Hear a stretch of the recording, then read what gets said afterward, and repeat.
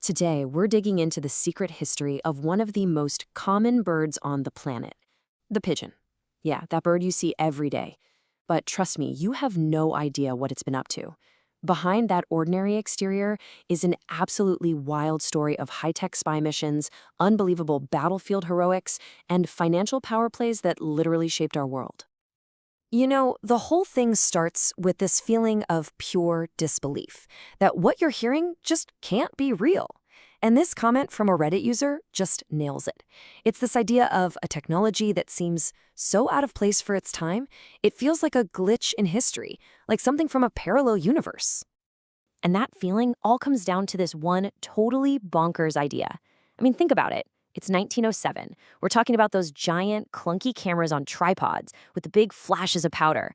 So you're telling me that back then, someone invented a tiny, automated camera, light enough for a bird to carry, to snap pictures from hundreds of feet in the air? Come on, that sounds like pure science fiction, not something that actually happened. Okay, so here's how we're going to break this down. We'll start by solving the mystery of these flying photographers. Then we'll see how pigeons became the original information superhighway, their incredible service as war heroes, their double lives as spies, and finally, we'll uncover their surprisingly lasting legacy. All right, let's get right into it. The mind behind this unbelievable tech, well, it wasn't some top-secret government lab or a huge company. Nope, it was a German pharmacist, a guy named Julius Neubronner, who, back in 1903, was just looking for a better way to run his business. See, Neubrenner was already using pigeons to get prescriptions and deliver medicine fast. It was an old family trick. But one day, a pigeon of his vanishes in the fog, only to show up a month later, perfectly healthy. And Neubrenner, kind of as a joke, thought, hey, what if I could see where they go? So he combined his two passions, pigeons and photography, and totally by accident, invented the world's first photography drone. And this is where it gets really clever. I mean, he didn't just tape a camera to a bird. He had to solve all these different problems. First, he trained the birds to get used to the weight. Then he designed this custom-fit aluminum harness so the camera wouldn't wobble. But the real genius part was the timer. He built this tiny, air-powered pneumatic system that would slowly release pressure and then click, take a picture mid-flight. Absolutely brilliant. And he didn't just make one. The guy was obsessed. He made a camera with two lenses, one pointing forward, one back. Then he made one for 3D photos. He even built a panoramic camera where the lens spun 180 degrees. His last model was a masterpiece. It weighed only 40 grams and could take 12 pictures. And the best part? The German patent office told him it was impossible at first, until he walked in and slapped down a stack of crystal clear aerial photos. I bet that shut them up. So you might be wondering, why would anyone, especially the military, take this crazy pigeon camera idea seriously? Well, to get that, we have to rewind a bit. Because long before they were carrying cameras, pigeons were the fastest, most reliable information network on Earth. They were, and I'm not kidding, the original internet. For years, having the fastest pigeons meant you had a serious edge. Back in 1815, Baron Rothschild's birds brought him the news that Napoleon lost at Waterloo a full day before the government knew. He made an absolute fortune on the stock market. Later, a guy named Paul Reuter, yep, that Reuter, started his news agency using pigeons to carry stock prices over a gap in the telegraph. But their most legendary moment? That came during the Siege of Paris. Okay, so picture this. Paris is totally surrounded. No one in, no one out. The only links to the outside world are balloons and pigeons. This photographer, René Dagrand, has a brilliant idea. He uses microfilm to shrink thousands of messages down onto these tiny film strips. A single bird could carry the equivalent of 500 books worth of text. When they got to Paris, the messages were projected with a magic lantern, and clerks wrote them all down. It was this incredible mashup of old and new tech that kept an entire city from being cut off. So with a resume like that, what do you think happened next? Of course, the military got interested.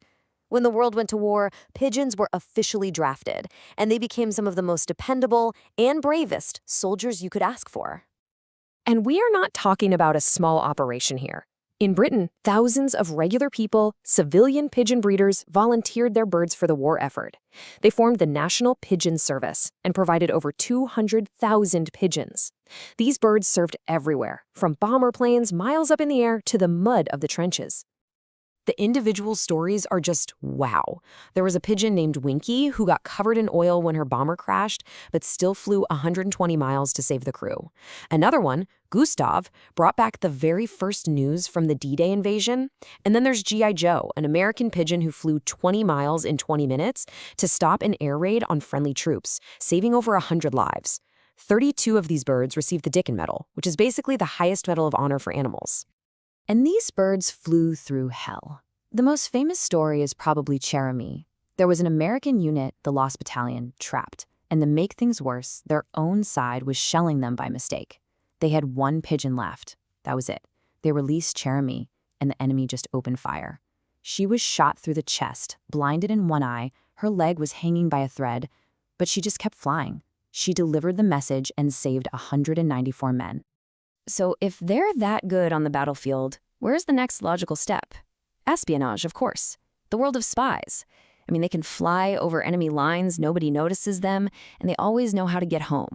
They're pretty much the perfect secret agent. And this isn't just some old-timey World War I thing. Get this, as late as the 1970s, during the Cold War, the CIA was still working on pigeon cameras. You have to ask why, right? With all their spy satellites and gadgets? Well, a pigeon has a huge advantage. It's totally analog.